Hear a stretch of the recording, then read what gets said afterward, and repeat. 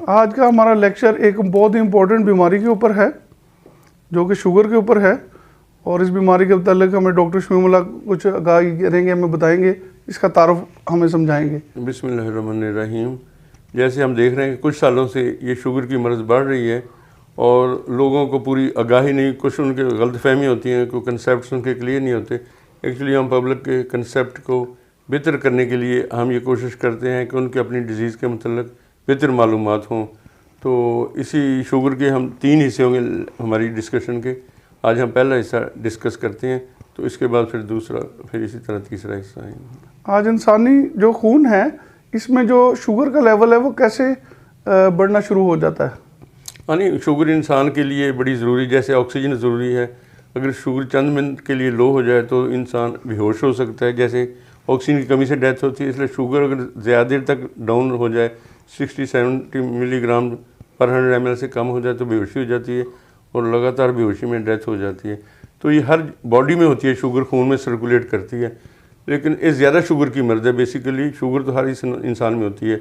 अगर blood sugar सुबह fasting अगर 70-80 या 100 मिलीग्राम से ऊपर हो, या नाश्ते के बाद 180 के ऊपर चली जाए मिलीग्राम से, तो फिर हम समझते हैं इसको शुगर की मर्ज़ है। फिर बॉडी पर मुज़र असरात आते हैं।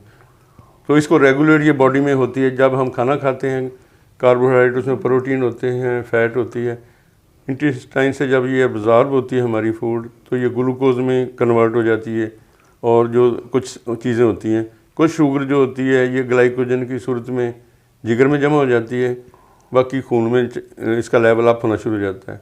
साथ ही हमारे जिस्म में एक लबलबा एक होता है आर्गन जो मैदे के ज़रा नीचे होता है, बैक साइड पर जुड़ा होता है, ये इंसुलिन प्रोड्यूस करता है। इंसुलिन का काम होता है ये जो ग्लूकोज लेवल अप है, उसी हिसाब से फिर उसी लेवल से ग्लूकोज ज़्यादा मिकदार में इंसुलिन जो है ग्लूकोज को ख़त्म करने के लिए, लेवल करने के लिए आती है।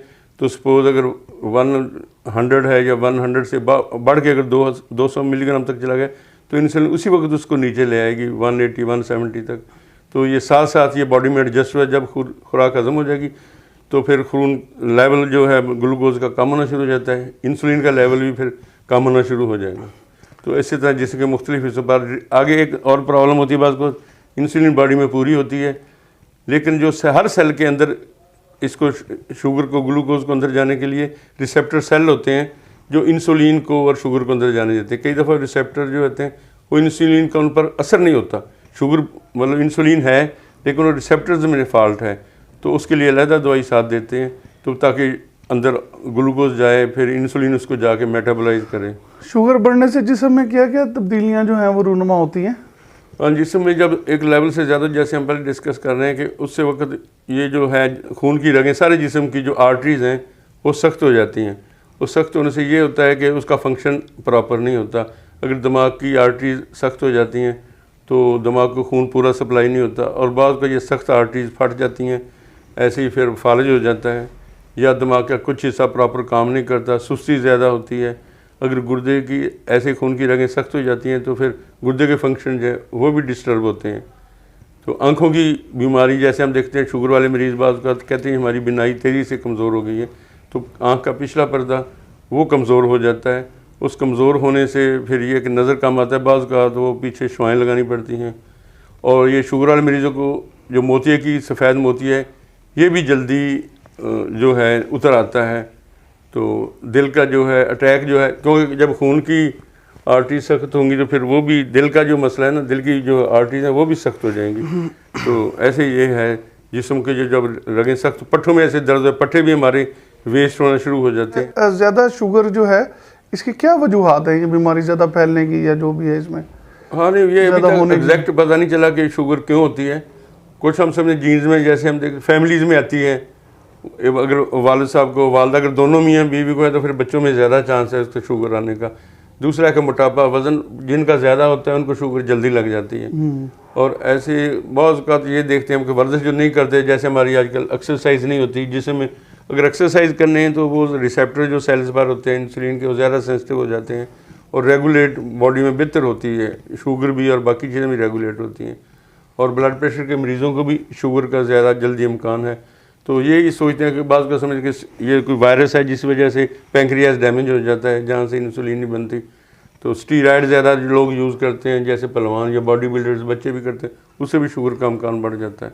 खुराक जो आजकल हम समझते हैं कि खुराक जो पहले तो लोगों में इतनी शुगर नहीं थी, तो ये खुराक जो स्प्रे शुदा है उसमें कुछ ना कुछ केमिकल रह जाता है, सब्जियों में, फलों में, या बाकी ऐसी चीज़ें जो हम खुराक में लेते हैं। ऐसे पेप्सी कोला से भी जिगर डैमेज होता है, तो उससे भी शुगर बढ़ती है। तो इस किस्म की चीज़ें, नई चीज़ें आई हैं, तो अब वक्त के साथ साथ ये तकरीबन 5-6 साल में शुगर जो है 60-70% बढ़ गई है।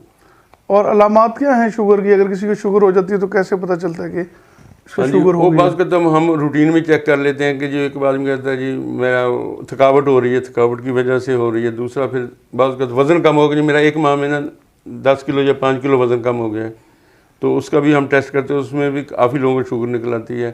जो दूसरा एक है कि ज़ख्म हो जाता है बॉडी पर, वो ठीक नहीं होता। तो पेशाब रात को ज़्यादा उठ के बार बार आ जाना पड़ता है, दिन को तो आता रहता है लेकिन रात को आदमी ज़्यादा डिस्टर्ब होता है।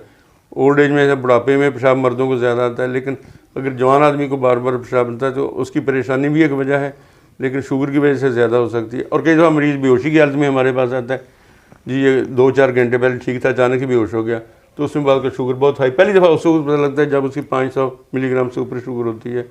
तो इसलिए ये जो है जी, इसका कोई ज़रूरी नहीं कि हमें प्यास ज़्यादा लगे, कई दिन हमें जी ज़ख्म ठीक हो जाता है, लेकिन ज़ख्म ठीक हो जाए फिर भी उसमें शुगर हो सकती है। हाथ पाँव सुन होने बाकी हाथ पाँव से जलन होती, पता नहीं चलता पाँव किस चीज़ पर पड़ा, तो ये जिस्म का सुन्न होना जो है ये भी एक मसला है। इसकी भी अलामतें जो है ना, ये शुगर की एक अलामत है।